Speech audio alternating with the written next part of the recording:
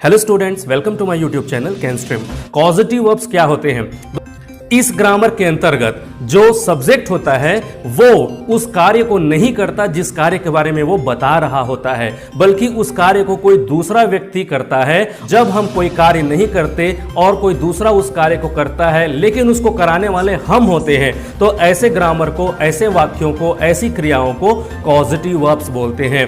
Causative verbs का मतलब होता है प्रेरणात्मक क्रिया। प्रेरणात्मक का मतलब क्या है? देखिए दोस्तों, प्रेरणात्मक का मतलब होता है कि कोई कार्य जिसको करने की प्रेरणा तो हम देते हैं लेकिन उस कार्य को हम स्वयं नहीं करते हैं, उसको करने वाला कोई दूसरा व्यक्ति होता है। अब दोस्तों, ये पॉजिटिव वर्ब्स मेनली होते कितने प्रकार के हैं? तो दोस्तों, ये मुख्यतः दो प्रकार के होते हैं। एक होता है मेक और दूसरा होता है गेट। तो दोस्तों, मेक और गेट के बीच में मेजर डिफरेंस होता है, बहुत बड़ा अंतर होता है। दोस्तों, जब भी आप मेक और गेट को पढ़ेंगे तो आपको कंफ्यूजन यहीं पे होगा कि आपको मेक कहां पे लगाना है और गेट कहां पे लगाना है। मेक के वाक्यों में, मेक के जो वाक्य बने रहेंगे उन वाक्यों में कर्ता मतलब करने वाला और करवाने वाला मतलब कॉज, जो कॉज होता है जिसके कारण वो किसी कार्य को कर रहा है, दोनों की उपस्थिति निश्चित होती है, या फिर यह कह सकते हैं कि दोनों व्यक्तियों के बारे में जिक्र होता है। वे वाक्य जिसमें करवाने वाले के बारे में जिक्र हो लेकिन करने वाले के बारे में जिक्र ना हो, ऐसे वाक्यों को हम लोग गेट के वाक्य करके पहचान जाएंगे। ये सबसे अच्छा तरीका है, ये सबसे बेहतर तरीका है गेट और मेक के बीच के अंतर को समझने का।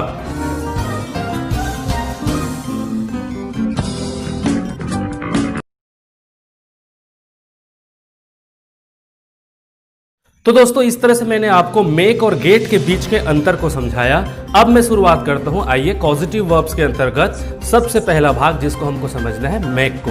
तो दोस्तों, जैसे कि मैंने आपको बताया कि मेक में कोई कार्य होगा वो दो व्यक्तियों के बीच में हो सकता है, और मैं किसी कार्य को करने के लिए सामने वाले को प्रेरित करूंगा और वो उस कार्य को करेगा, या फिर वो किसी कार्य को करने के लिए मुझे प्रेरित करेगा, मैं उस कार्य को करूंगा लेकिन वो व्यक्ति उस कार्य को नहीं करेगा। हम दोनों में से कोई ना कोई इस कार्य को करने का कारक बनेंगे, कारण बनेंगे। तो इसको बोलते हैं पॉजिटिव वर्ब्स। तो देखते हैं एग्जांपल नंबर 1 को।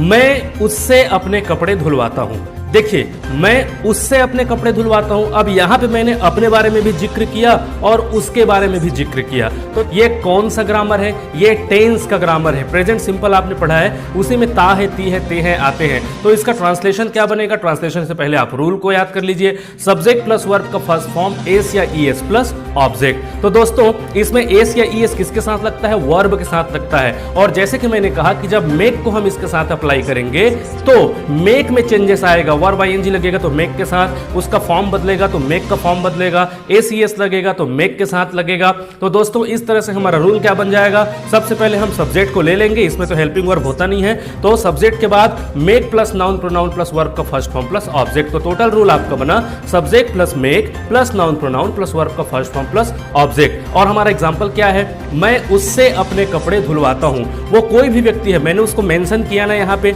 मैंने अपने आप को भी मेंशन किया और उसको भी, मैं उससे कपड़े धुलवाता हूं। तो ये प्रेजेंट सिंपल का रूल है, तो प्रेजेंट सिंपल के हिसाब से इसको हम लोग बनाएंगे।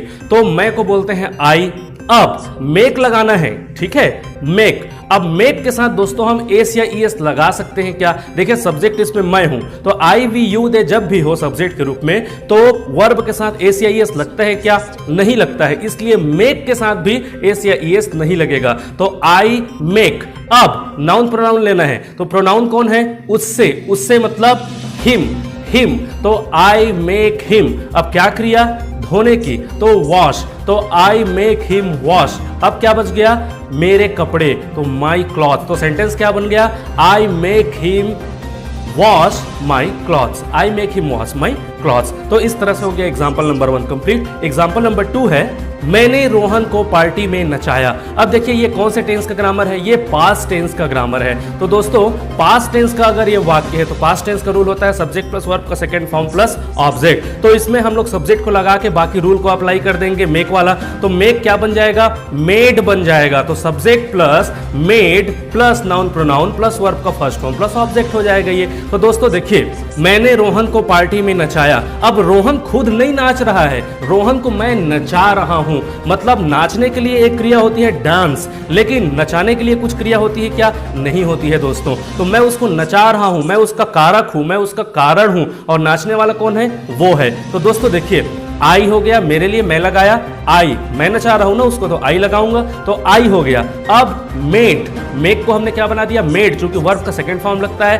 अब रोहन, रोहन, आई मेड रोहन, चूंकि नाउन या प्रोनाउन दोनों में से कुछ भी ले सकते हैं हम लोग। तो नाउन मतलब किसी भी व्यक्ति या वस्तु के नाम को हम लोग नाउन बोलते हैं कि नहीं बोलते हैं? तो व्यक्ति का नाम है ना रोहन, तो हमने कहा I made Rohan dance, verb का first form in the party, object के रूप में। तो I made Rohan dance in the party. ये हो गया एग्जांपल नंबर 2। एग्जांपल नंबर 3 है, उन्होंने हमें आइसक्रीम खिलाई। अब देखिए, वे या फिर उन्होंने, खाने वाले हम हैं, लेकिन खिलाने वाला कौन है? वो है, मतलब वो कारण है। खिलाने का कारण कौन है?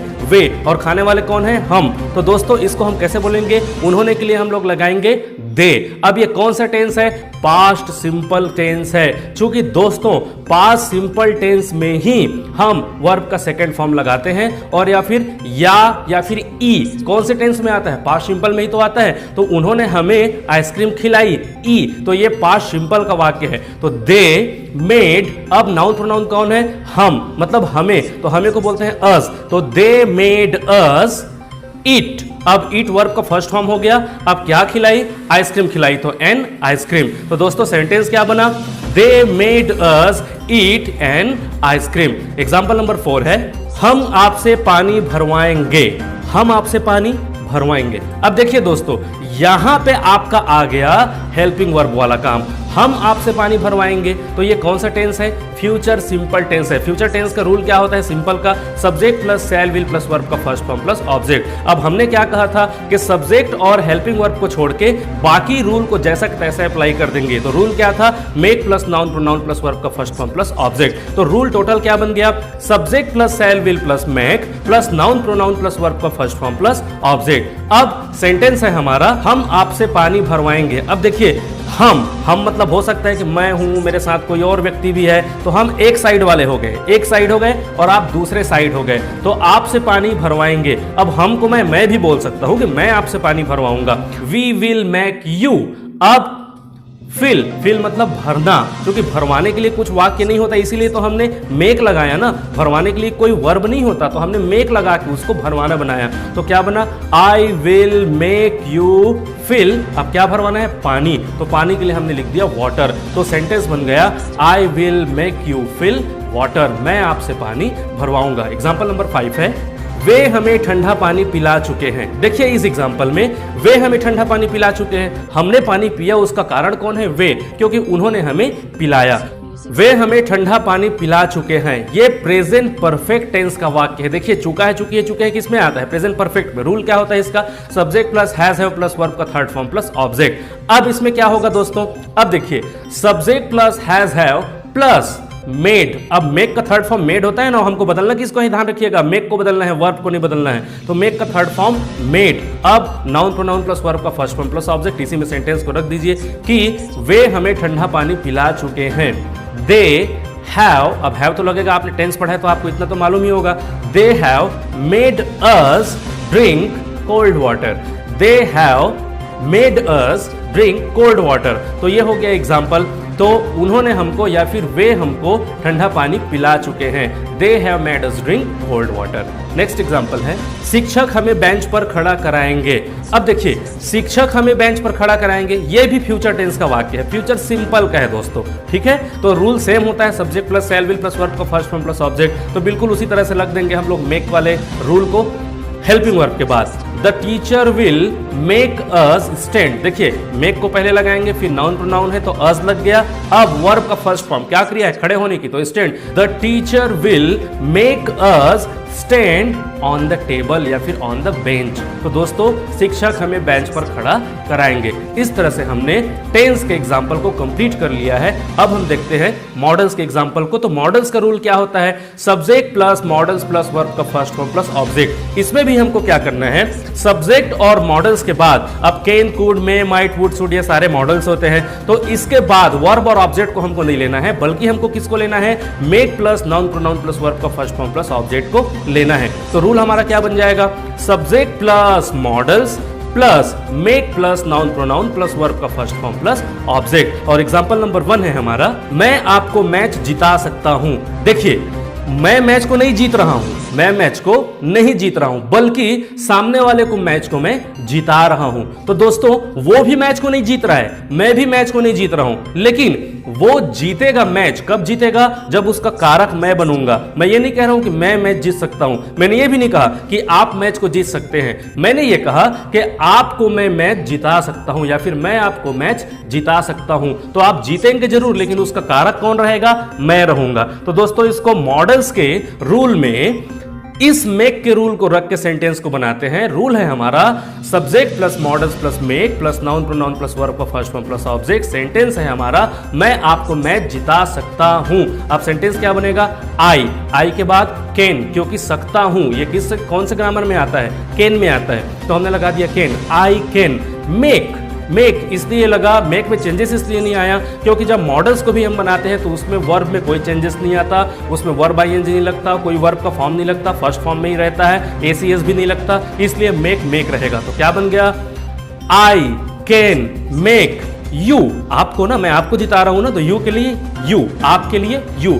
I can make you win मतलब जीतना, वर्ब होता है ना जीतना, तो जीतने के लिए win the match. I can make you win the match। Example number 2 है, कप्तान को मुझसे बैटिंग कराना चाहिए। अब देखिए दोस्तों, कप्तान को खुद बैटिंग नहीं करना चाहिए और मैं अपने मन से बैटिंग कर नहीं रहा हूं, तो मैं क्या बोल रहा हूं कि कप्तान को मुझसे बैटिंग कराना चाहिए, मतलब वो मुझसे बैटिंग कराएंगे, वो मुझसे बैटिंग कराएंगे। तो दोस्तों, मैं अपने मन से इस कार्य को नहीं कर रहा हूं और वो अपने मन से ग्राउंड पे आ नहीं रहे हैं खेलने के लिए, वो तो बैटिंग नहीं कर रहे हैं, मैं कर रहा हूं बैटिंग, लेकिन मुझे कराने वाला कौन है, सामने वाला। कप्तान को मुझे बैटिंग कराना चाहिए, तो द कैप्टन शुड, अब चाहिए आया है लास्ट, मतलब शुड वाला ग्रामर है। अगर आपने मॉडल्स पढ़ा है, should, must, have got to, have to, ये सारी चीजें पढ़ी होंगी आपने, तो आपको अच्छे तरह से मालूम होगा कि शुड का इस्तेमाल कहां पे लगता है। सामान्य कर्तव्यों के लिए हम लोग शुड का इस्तेमाल करते हैं, जिन वाक्यों में आखिरी में आता है चाहिए, ठीक है। तो कप्तान को मुझसे बैटिंग करवाना चाहिए या फिर कराना चाहिए।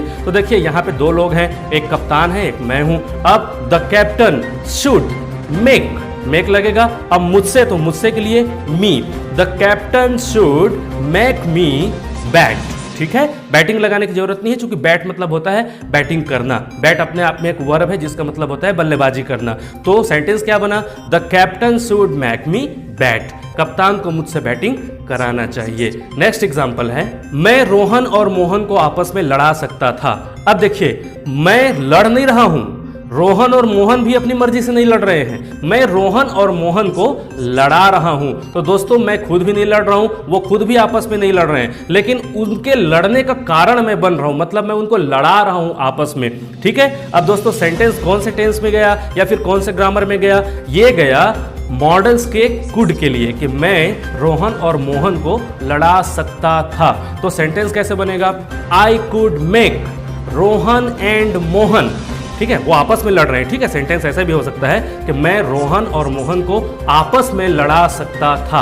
आपस में ध्यान रखिएगा, क्योंकि जब भी आपस में को आप ध्यान में रखेंगे तो इसके लिए आपको ईच अदर भी लगाना पड़ेगा। तो मैं रोहन और मोहन को आपस में लड़ा सकता था बनेगा, I could make Rohan and Mohan fight to each other, ठीक है। तो दोस्तों, इस तरह से हमने मॉडल्स को भी कंप्लीट कर लिया मेक ग्रामर के अंतर्गत। अब हम देखते हैं इंपरेटिव के वाक्यों को। तो इंपरेटिव के वाक्यों में दोस्तों रूल क्या बनेगा, रूल हमारा बनेगा make plus noun pronoun plus verb का फर्स्ट फॉर्म प्लस ऑब्जेक्ट, केवल इतना ही रहेगा, इसमें हेल्पिंग वर्ब सब्जेक्ट वगैरह की कोई झंझट नहीं है। तो एग्जाम्पल नंबर 1 है हमारा, बच्चे को सुलाओ। अब देखिए, मैं आपसे कहता हूं कि बच्चे को सुलाओ, मैं ये नहीं कह रहा हूं कि मैं सो रहा हूं, मैं आपको ये भी नहीं कह रहा हूं कि आप सो रहे हैं, मैं ये कह रहा हूं कि वहां पे कोई बच्चा है, ठीक है, वहां पे कोई बच्चा है आपके सामने, मेरे सामने, मैं आपको बोल रहा हूं कि बच्चे को सुलाओ, तो बच्चा अपने मर्जी से सो रहा है क्या?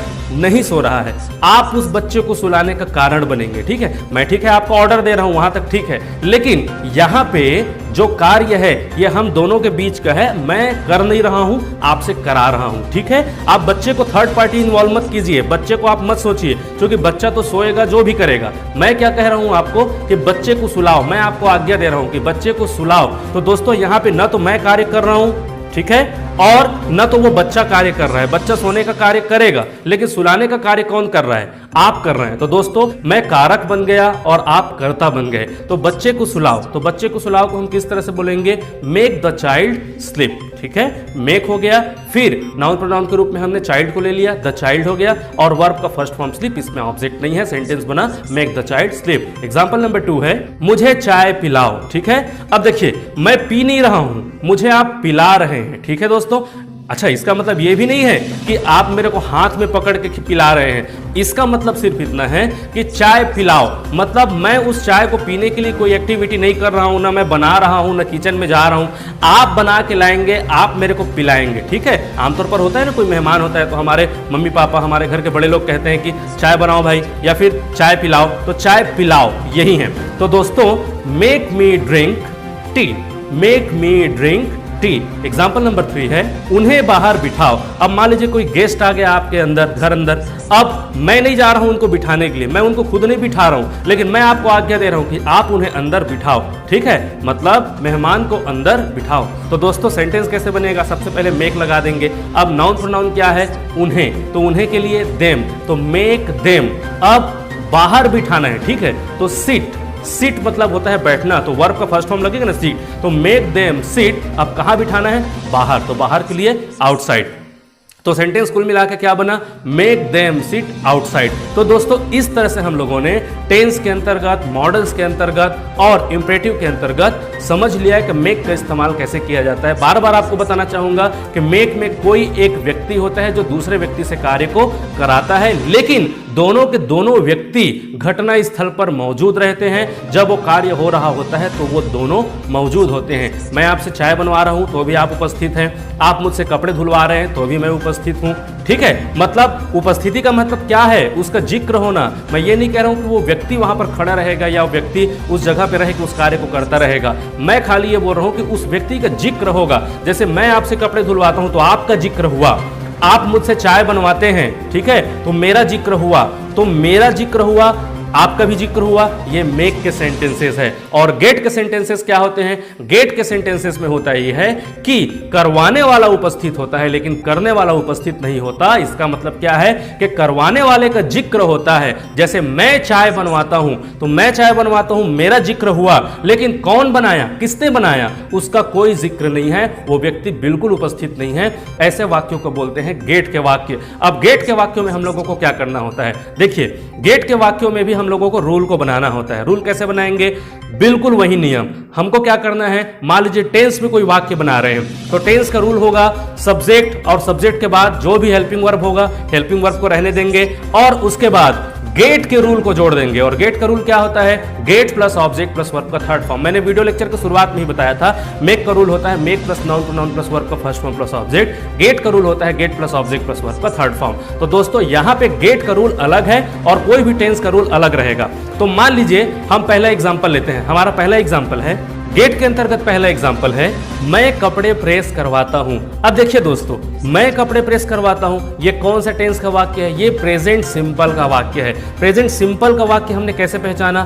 ता हूं, ती हूं, जब ऐसे शब्द आते हैं किसी वाक्य के आखिर में तो हम समझ जाते हैं कि ये प्रेजेंट सिंपल का वाक्य है। तो दोस्तों देखिए, मैंने कहा कि मैं कपड़े प्रेस करवाता हूं, करवाता हूं। अब देखिए यहाँ पे रूल क्या होता है? प्रेजेंट सिंपल का सब्जेक्ट प्लस वर्ब का फर्स्ट फॉर्म एस या ईएस प्लस ऑब्जेक्ट। अब दोस्तों इसमें कोई हेल्पिंग वर्ब आया क्या? नहीं आया। अब हमको इसके साथ जोड़ना किसको है? गेट को जोड़ना है। तो गेट का रूल क्या होता है? Get plus object plus verb का थर्ड फॉर्म। जब गेट को हम जोड़ेंगे तो कोई भी परिवर्तन आएगा वो गेट के अंतर्गत आएगा। आईएनजी लगेगा तो गेट के साथ लगेगा। वर्ब का first form second third form बनना है तो वो गेट बनेगा। अगर उसमें एसीएस लगना है तो गेट में लगेगा। कुल मिला के जो भी परिवर्तन आने हैं वो गेट में आने हैं हम लोगों को, ठीक है?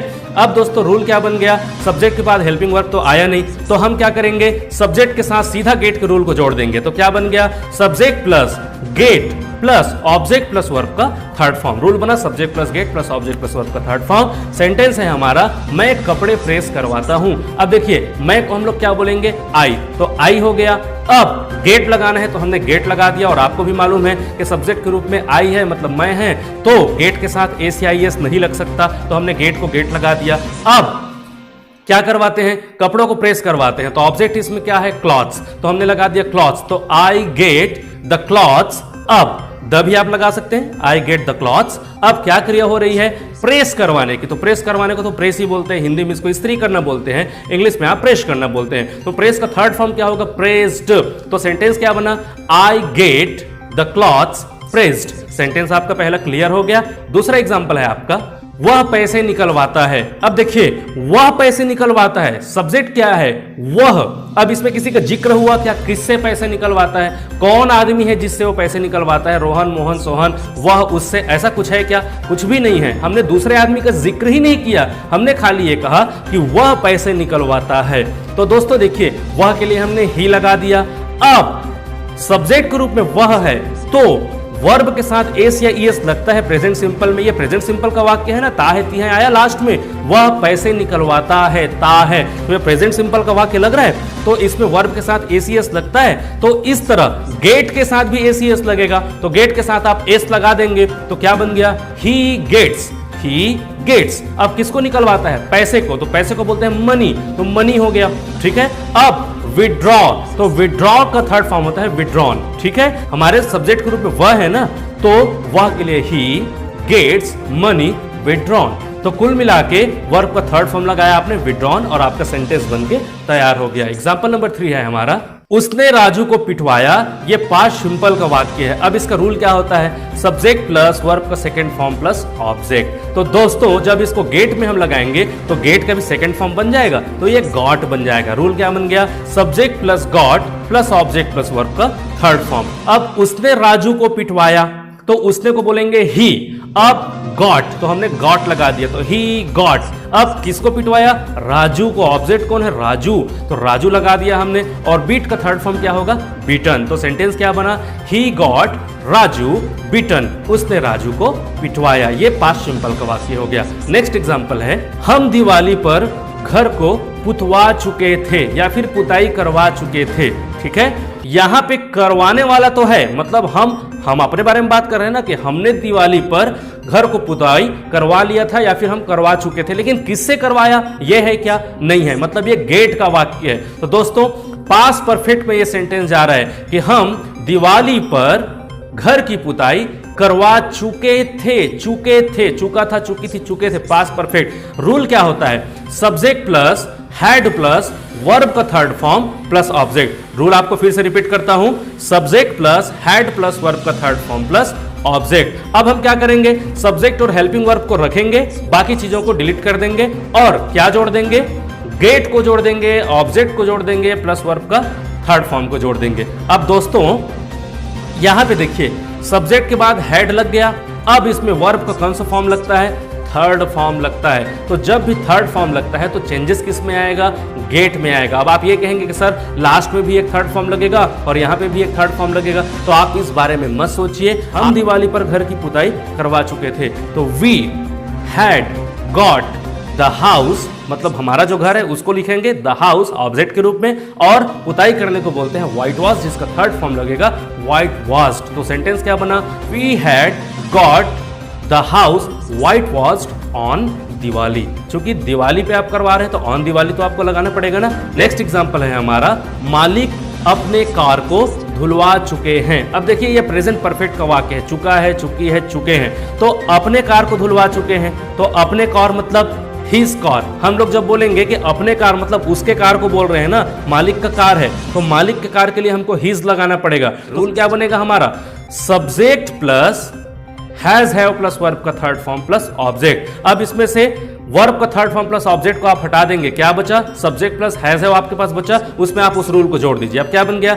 Subject plus has have plus got plus object plus verb का थर्ड फॉर्म, चूंकि गेट का हमको थर्ड फॉर्म लगाना है, ठीक है।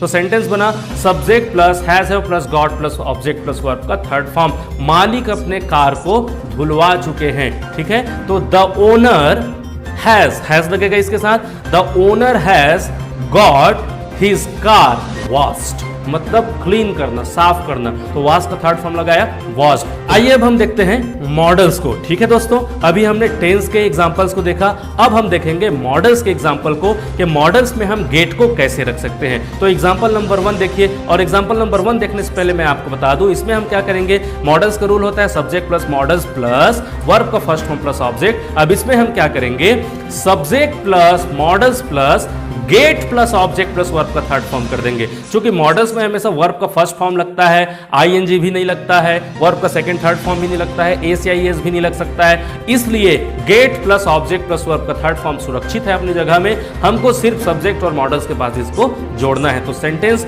बनाने से पहले रूल हमारा क्या होगा, हमारा रूल होगा subject plus models plus gate plus object plus verb का थर्ड फॉर्म। तो दोस्तों इसी रूल में हम एग्जांपल को रख के देखते हैं। तो हमारा एग्जांपल नंबर 1 है, हम शेर को पकड़वा सकते हैं। हो सकता है आप किसी जंगली इलाके में रहते हैं और वहां पे कोई शेर घूम रहा होगा, तो आप क्या करेंगे, शेर को पकड़वाएंगे। लेकिन किससे पकड़वाएंगे, उसका कोई जिक्र हो रहा है क्या, नहीं हो रहा है दोस्तों। ये केन नाम का एक ग्रामर होता है मॉडल्स के अंतर्गत, उसके अंतर्गत ये वाक्य आएगा। तो हमारा सेंटेंस है हम शेर को पकड़वा सकते हैं, तो हम के लिए वी।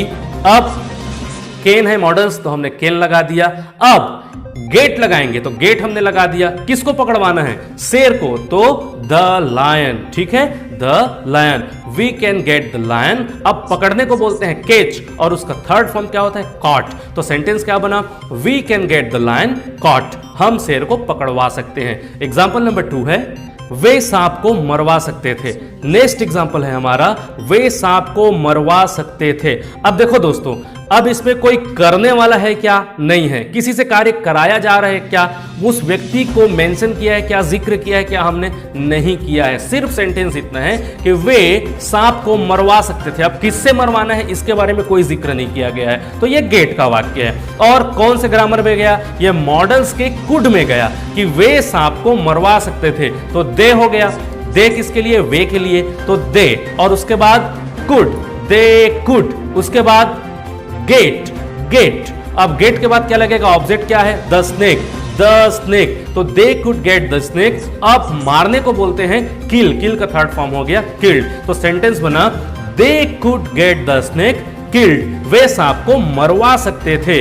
इसमें कोई कार्य एक व्यक्ति करेगा, लेकिन उस व्यक्ति के बारे में हमने कोई जिक्र नहीं किया कि वो व्यक्ति कौन होगा। इसमें करवाने वाला है लेकिन करने वाला नहीं है, इसलिए ये गेट का सेंटेंस होगा। एग्जाम्पल नंबर 3 है, विद्यार्थियों को जूते को पॉलिश करवाना चाहिए। अब देखिए, विद्यार्थी जूते पॉलिश करवाएंगे, लेकिन किससे करवाएंगे इसके बारे में कोई जिक्र नहीं है, तो ये गेट का एग्जाम्पल हो गया। तो दोस्तों गेट में ये जो चाहिए आया, ये कौन से ग्रामर से आया, ये मॉडल्स के शुड से आया। तो शुड से आया, तो शुड में इस ग्रामर को बना के देखते हैं, इस सेंटेंस को बना के देखते हैं। तो विद्यार्थियों को, तो द स्टूडेंट्स, सब्जेक्ट के रूप में हम लोग किसके लगाएंगे, द स्टूडेंट्स शुड। अब शुड हमने लगा दिया चूंकि ये मॉडल्स है। उसके बाद गेट, अब गेट के बाद क्या लगाना है, ऑब्जेक्ट। तो ऑब्जेक्ट क्या है, शूज, तो the shoes, the student should get the shoes polished. Polish मतलब होता है पॉलिश करना, उसका थर्ड फॉर्म हमको लेना है। तो सेंटेंस क्या बना, the students should get the shoes polished, विद्यार्थियों को जूतों को पॉलिश करवाना चाहिए। इस तरह से हम लोगों ने मॉडल्स के अंतर्गत गेट को पढ़ लिया।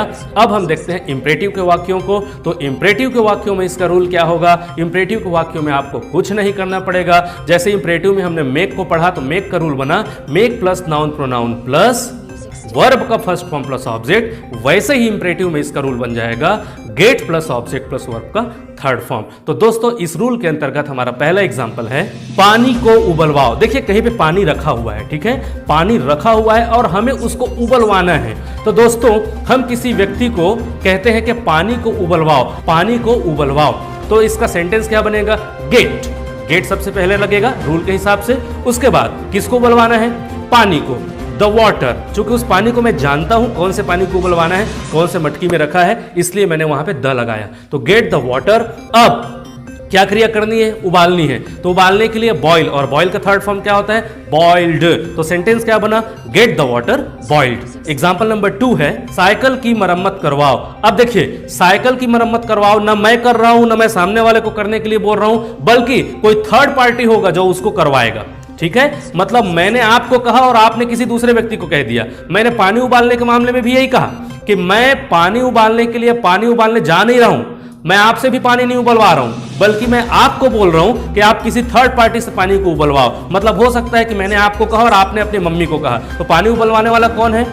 मैं हूं कारण। ठीक है, चूंकि मैंने आपको एडवाइस दिया, आपने भी उस पानी को नहीं उबाला, आपने भी किसी दूसरे व्यक्ति को कहा, तो 3 व्यक्ति इसमें इन्वॉल्व हो गए। तो वो तीसरा व्यक्ति उस पानी को जाके उबाल रहा है, तो ना मैंने किया ना आपने किया, बल्कि तीसरा व्यक्ति कर रहा है, गेट हो गया।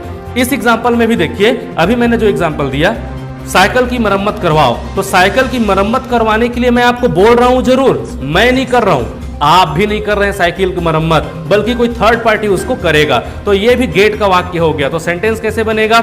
Get the cycle repaired, get the cycle repaired. Example number 3 है फलों को तोड़वाओ। अब देखिए फल को मैं भी नहीं तोड़ रहा हूं, आप भी नहीं तोड़ रहे हैं, मैं आपको बोल रहा हूं कि फलों को तोड़वाओ, मतलब आप किसी व्यक्ति से करवाएंगे। मेक में क्या हुआ था? मैं आपसे किसी काम को कराता था, आप किसी व्यक्ति को आदेश नहीं दे सकते थे।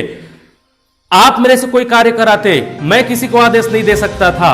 लेकिन गेट वाले वाक्य में मैंने आपको आदेश दिया और आपने भी किसी दूसरे व्यक्ति को आदेश दे दिया, इसमें आप स्वतंत्र हैं। तो दोस्तों इस तरह से गेट के वाक्य में आपको मैंने कहा कि फलों को तोड़वाओ, तो मैंने फल को नहीं तोड़ा, आपने भी नहीं तोड़ा, कोई थर्ड पार्टी उसको आके तोड़ेगा। तो सेंटेंस क्या बना? Get the fruits plucked. ये रूल के हिसाब से बना, get plus object plus verb का थर्ड फॉर्म के हिसाब से। तो दोस्तों इस तरह से हम लोग मेक और गेट के बीच के अंतर को समझते हैं। ध्यान रखिएगा, मैं बार बार आपको कहूंगा, मेक के वाक्यों में 2 पक्ष हो सकते हैं, ये इससे करा सकता है, ये इससे करा सकता है किसी कार्य को, तो 2 पक्ष इसमें होना अनिवार्य होता है। लेकिन गेट के वाक्यों में एक पक्ष भी अकेले किसी कार्य को करा सकता है, दूसरे पक्ष को वहां पे उपस्थित होना या उसका जिक्र करना जरूरी नहीं होता। मेक के वाक्यों में करने वाला और करवाने वाला दोनों का जिक्र होता है वाक्य अंतर्गत, लेकिन गेट के वाक्यों में करवाने वाले का जिक्र होता है लेकिन करने वाले का जिक्र बिल्कुल नहीं होता है। इस तरह से वाक्यों को हम लोग गेट में बनाते हैं।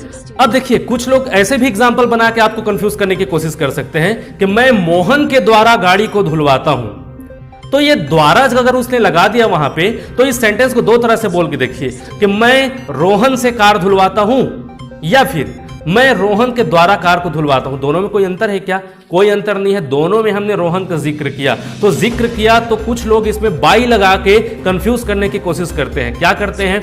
I got the car washed by Rohan, ऐसा करने की कोशिश करते हैं। I got the car washed by Rohan, तो इसमें रोहन को मेंशन भी कर रहे हैं और जानबूझ के कंफ्यूज करने के लिए कि ये गेट का ग्रामर है कि मेक ग्रामर है, आपको कंफ्यूज करने की कोशिश की जाती है। तो दोस्तों आप यहाँ पे कंफ्यूज मत होइएगा, यहाँ पे दोनों पक्ष को मेंशन कर दिया गया ना, आपको भी मेंशन कर दिया गया, मतलब मैं अपने आप को मेंशन कर रहा हूं और रोहन को भी मेंशन कर रहा हूं कि मैं रोहन से कार धुलवाता हूं। तो मैं रोहन से कार धुलवाता हूं या फिर मैं रोहन के द्वारा कार धुलवाता हूं, तो मैंने अपने आप को भी मेंशन किया, रोहन को भी मेंशन किया। इस तरह से दोनों पक्ष उस सेंटेंस के अंतर्गत आ गए। ये गेट का वाक्य हो ही नहीं सकता, ये मेक का वाक्य होगा। और दूसरी चीज मैं आपको कहूंगा, किसी से निवेदन करना, रिक्वेस्ट करना, उसको आदेश देना या फिर किसी को पैसे देके किसी कार्य को कराना, इस चक्कर में आप मत फंसिएगा। इंग्लिश ग्रामर्स की किताबों में भी आप जाएंगे तो कुछ हद तक ऐसे ही नियम लिखे हुए आपको मिलेंगे। लेकिन दोस्तों आपको इंग्लिश की अंडरस्टैंडिंग चाहिए, आपको करना है प्रैक्टिकल। अगर आपको होना है प्रैक्टिकल इंग्लिश में किस तरह से इस्तेमाल किया जाता है मेक और गेट को, तो आपको जो मैंने आज क्लास ली इसी क्लास के हिसाब से आपको चलना पड़ेगा। तो दोस्तों इस तरह से हमने मेक और गेट के अंतर्गत टेंस, मॉडल्स और इंपरेटिव के वाक्यों को बना लिया है। उम्मीद करता हूँ आपको आज का ये वीडियो लेक्चर पसंद आया होगा। यदि आपको ये वीडियो लेक्चर पसंद आया हो तो मेरे इस वीडियो को लाइक कीजिए, हमारे चैनल को सब्सक्राइब कीजिए और बेल आइकॉन को प्रेस करना मत भूलिएगा, ताकि आने वाले सारे वीडियोस के नोटिफिकेशंस आपको सही समय पर मिलते रहें। Thank you so much.